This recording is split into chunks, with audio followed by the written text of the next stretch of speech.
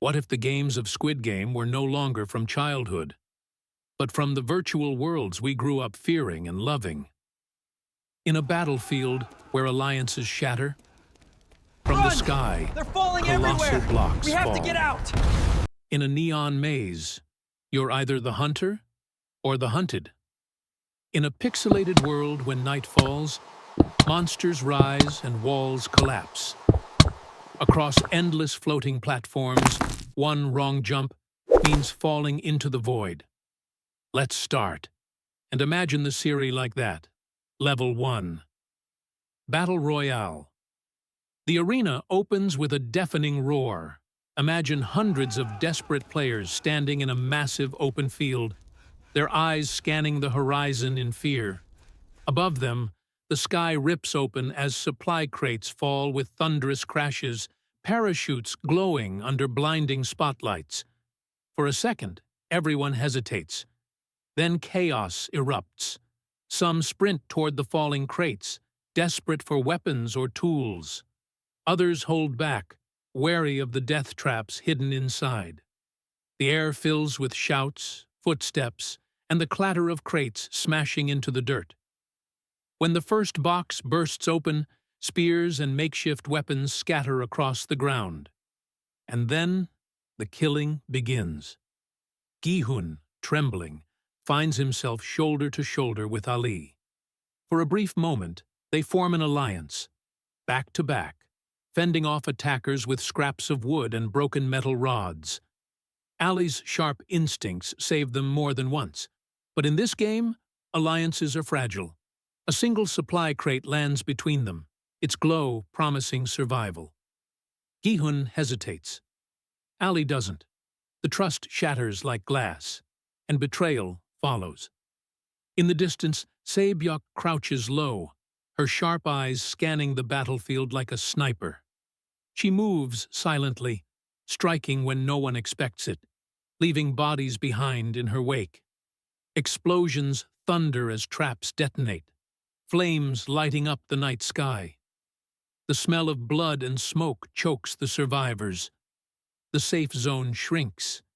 Each blast of the warning horn forces the players closer together.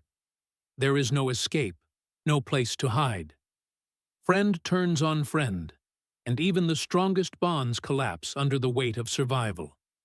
The battlefield becomes a graveyard, littered with bodies and broken promises. And through it all, a single truth burns in their minds.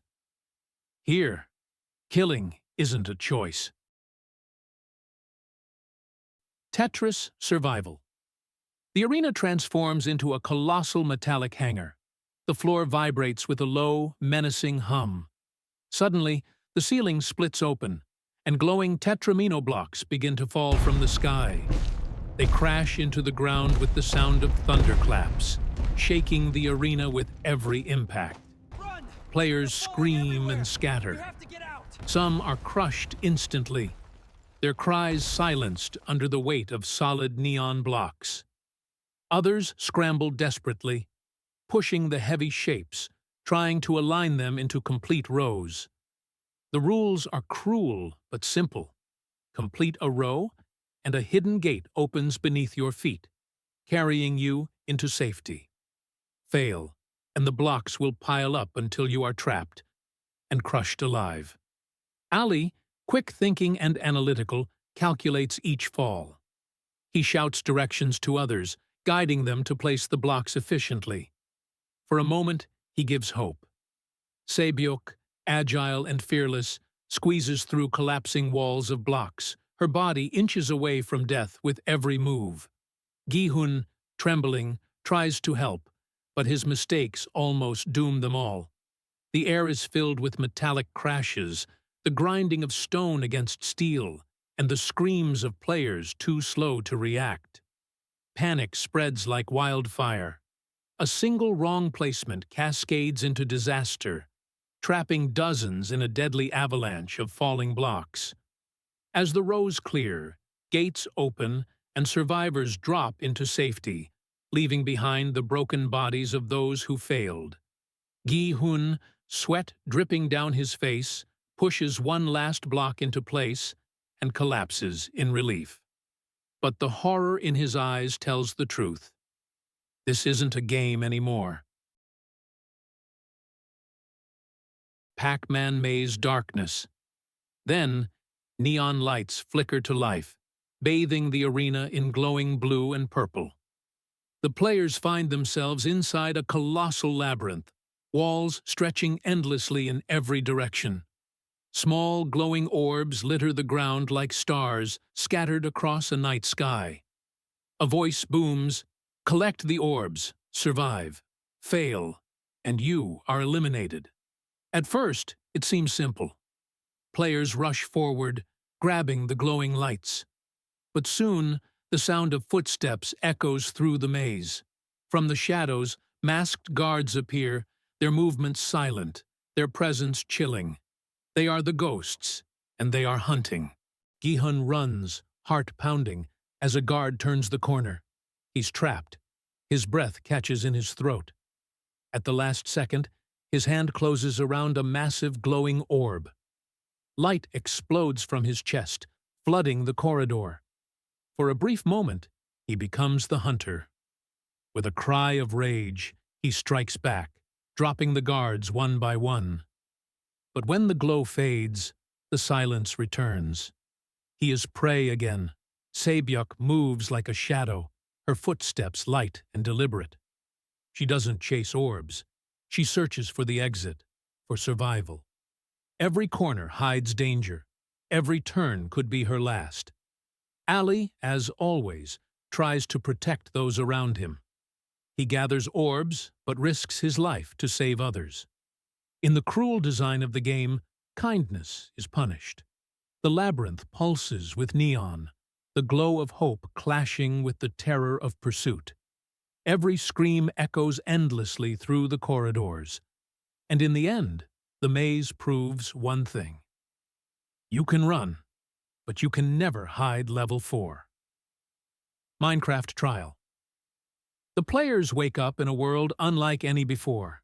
Towering, pixelated mountains rise in the distance, blocky rivers flow under pixelated skies, and forests stretch endlessly. It looks playful, almost innocent. But innocence is a lie here. The rules appear in glowing letters. Mine. Build. Survive. Before nightfall. At first, players scatter, digging into the earth with bare hands, mining stone and wood to create makeshift shelters. Some laugh nervously at the absurdity of the world. But when the sun begins to set, a chill runs through the air. Darkness falls. The ground trembles. From the shadows, creatures emerge.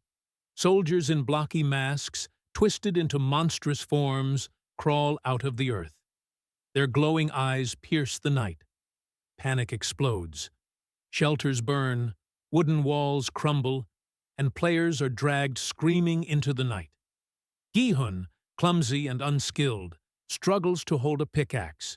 Saebyuk, resourceful, crafts a weapon and fights desperately. Ali builds a fortress, offering safety to others, but betrayal comes again. His kindness is his downfall. The pixelated beauty of the world twists into a nightmare of fire and shadows. Every torch burns out. Every wall collapses. In the end, the world itself feels alive, hostile, and merciless. And the lesson is clear. In this game, survival isn't about building. It's about destroying level 5. Super Mario Platform. The final stage opens to a breathtaking view. Endless sky, floating platforms suspended over a bottomless void. The colors are bright, cheerful, mocking. But beneath the playful facade lies certain death. The rules: jump, survive. One wrong step, and you fall into nothingness. Players hesitate at first, their eyes fixed on the abyss below. Then the horn blares, and they leap. Platforms sway under their weight. One by one, players misjudge their jumps and vanish into the darkness, their screams echoing into eternity. Gi-hun stumbles, nearly falling, but luck saves him time and again. His heart pounds louder than the horn. Sabyok, bold and quick, grabs a glowing mushroom power-up. For a moment, she's unstoppable, her speed unmatched. But in her haste, she miscalculates and plummets into the void. Her scream cuts through the cheerful music blaring from invisible speakers. The survivors dwindle. Each jump is a gamble, each platform another chance at death. The bright colors blur with blood and terror. The childlike joy of the Mario world becomes a grotesque parody. When only a handful remain, the truth is undeniable.